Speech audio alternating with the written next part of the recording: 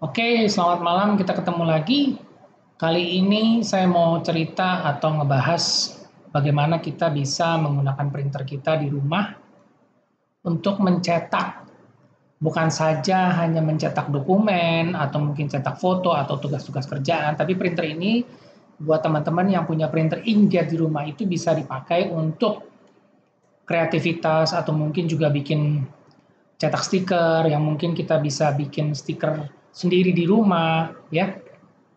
Jadi kita bisa bikin stiker label untuk kita pasang atau kita tempel di barang dagangan atau produk-produk kita. Ya, jadi ini caranya sederhana. Memang terus terang saya bukan bermain di percetakan.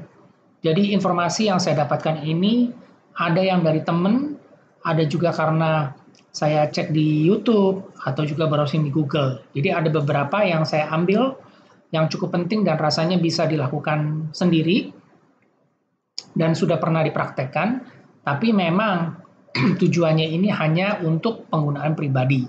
Ya kalau nanti seterusnya mau dikembangkan dengan banyak atau mungkin mau dijadikan bisnis cetak ya terserah masing-masing, tapi basically adalah kita bisa manfaatin printer inkjet kita atau printer ink pen kita di rumah untuk dapat mencetak lebih daripada apa yang biasa kita kerjakan.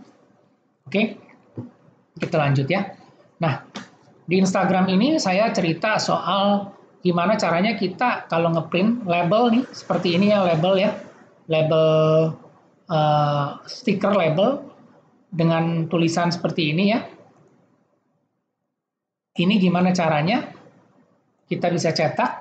Kalau teman-teman lihat ini hanya kertas label biasa ya, dikasih logo, kasih nomor telepon segala macam, dan kita hanya menggunakan stiker inkjet HVS, jadi bahan kertasnya ini HVS, pakai printer inkjet sendiri yang ada di rumah.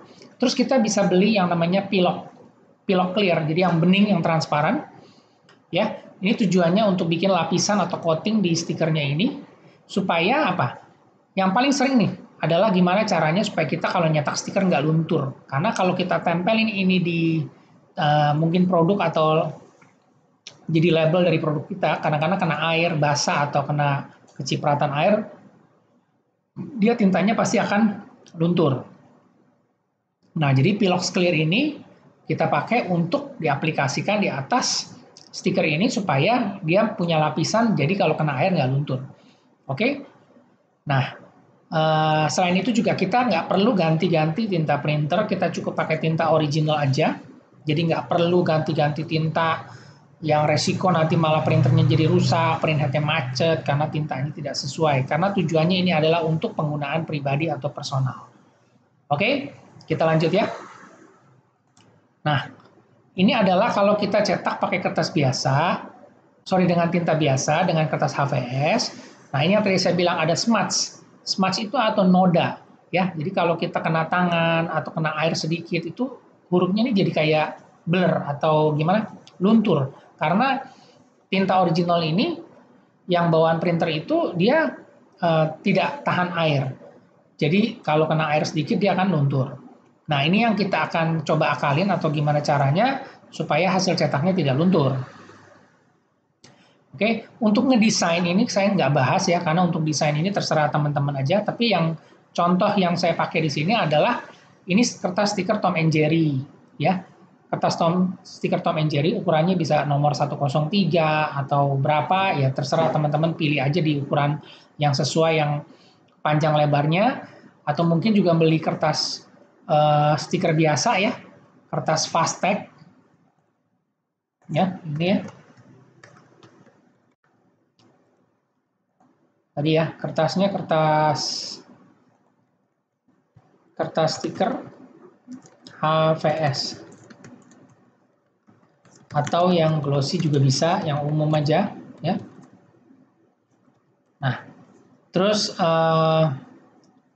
atau kertas stiker fast tag Dove ya. Jadi bukan yang mengkilap atau bahan licin. Tujuannya apa? supaya kita bisa cetak pakai tinta originalnya atau tinta dye. Oke, kita kembali lagi ke sini. Nah, nanti kalau teman-teman sudah cetak, kita harus sediakan yang namanya Pilox Clear. Seperti ini ya, beli aja di toko bangunan ya, Pilox yang clear, yang warna bening.